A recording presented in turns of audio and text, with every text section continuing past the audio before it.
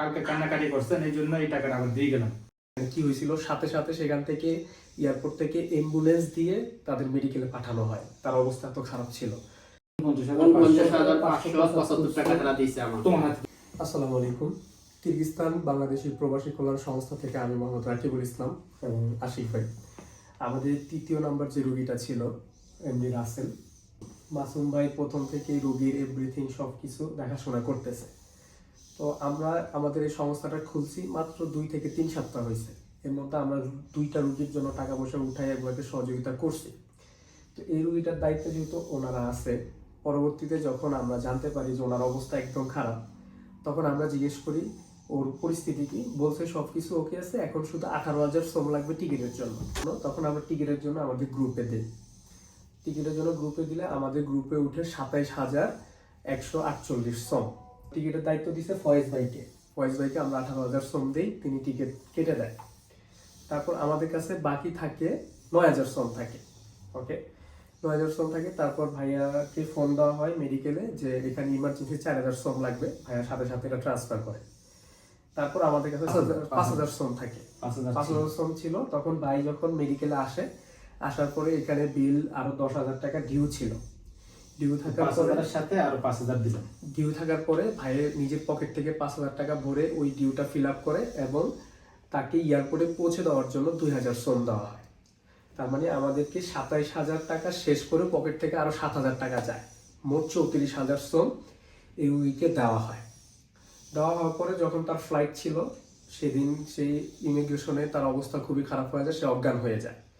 তো রুগী কখন অজ্ঞান হবে সেটা তো আমরা জানি না। আর এটার দায়িত্বে যেহেতু ফয়েজ ভাই ছিল, ফয়েজ ভাই নিজে নিয়ে গেছে, ও ছিল, ওরা সবকিছু জানে যে পরিস্থিতি সেখানে কি হয়েছিল। সাথে সাথে সেখান থেকে এয়ারপোর্ট থেকে অ্যাম্বুলেন্স দিয়ে তাদের মেডিকেলে পাঠানো হয়। তার অবস্থা তো খারাপ ছিল। যাই হোক, পরবর্তীতে আমরা আবার এটার জন্য আমাদের গ্রুপে পোস্ট করি। তো এখন আমাদের উঠছে 15,576 শ্রম, 75 শ্রম। এটা আমরা তাকে বুঝিয়ে দিয়েছি। এখন আমাদের এটা এখানেই ফিনিশ এই রোগীর জন্য। এটার জন্য আমরা আর কালেক্ট করব না, যেহেতু এটার আগে আমরা ছিলাম না, এটার দায়িত্ব আমরা ছিলাম না। আমরা জাস্ট আমাদের গ্রুপ থেকে যতটুকু উঠেছে ওইটা দিয়ে আমরা সহযোগিতা করেছি। এর মধ্যে ওনারা ফ্যামিলি থেকে টাকা আনছে, ওনারা চিকিৎসা খরচ দিছে, টিকিট বাবদ কিছু টাকা খরচ করছে এবং এখন আবার বাড়ি থেকে টাকা এনে হয়তো বা টিকিট কাটবে। ওয়ালাইকুম সালাম।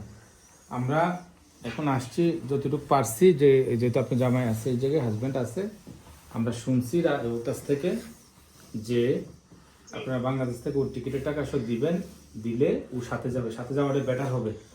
আমরা আমাদের থেকে যতটুকু পারতেছি দ্বিতীয়বার 15,575 শ্রম, মানে বাংলা টাকা কত 21,990 টাকা এখন বাংলাদেশি টাকা ওর কাছে আমরা দিতেছি।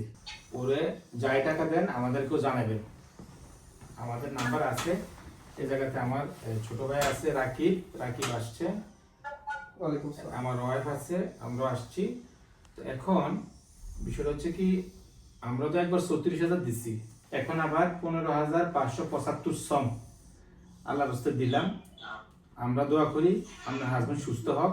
এই কথাটা হলো ধন্যবাদ। হ্যাঁ, আপনারা দয়া করে আমাদের বিরুদ্ধে সমালোচনা না করে বাস্তবে এসে দেখবেন। কেউ কোনো কিছু লাগলে মাসুম আছে হসপিটালের দায়িত্বে, আসবেন এই জায়গায়, এসে দেখবেন, একজন মানুষের পাশে দাঁড়ান। আপনাদের যদি সমর্থন থাকে দেন মাসুমকে কিছু, মাসুম এই খরচ করবে এই জায়গায়। আর একটা কথা হচ্ছে, বাংলাদেশ থেকে যে হ্যাঁ ফ্যামিলি টাকা দিচ্ছে, আমরা এই বিষয়ে কিছুই জানি না, কিছু জানে না। বলো আমার সাথে বাংলাদেশের টাকা আনছি আমি, আশিক ভাই কিছু জানে না এই বিষয় নিয়ে। আমরা টাকা শ্রম দিচ্ছি, এরা আমাদের অনেক সহযোগিতা করতেছে, হেল্প করছে। আমরা অনেকজন অনেক কথা বলে, এই বিষয়টা এরা কিছু জানে না। আমরা এই পর্যন্ত 49,575 টাকা তারা দিয়েছে আমার। তোমার হাতে তুলে দিচ্ছি, তাই না? ঠিক আছে, তুমি তো সাক্ষী। হ্যাঁ, আমি সাক্ষী, আমার হাতে তুলে দিয়েছে। আপনাদের যা দরকার তার কাছে এসে আপনারা একটু হেল্প করবেন। ওকে, ধন্যবাদ। আসসালামু আলাইকুম। এই ওর সাথে যোগাযোগ করবেন হাসপাতাল এসে, বিশকেক মেডিকেল কলেজ হাসপাতাল।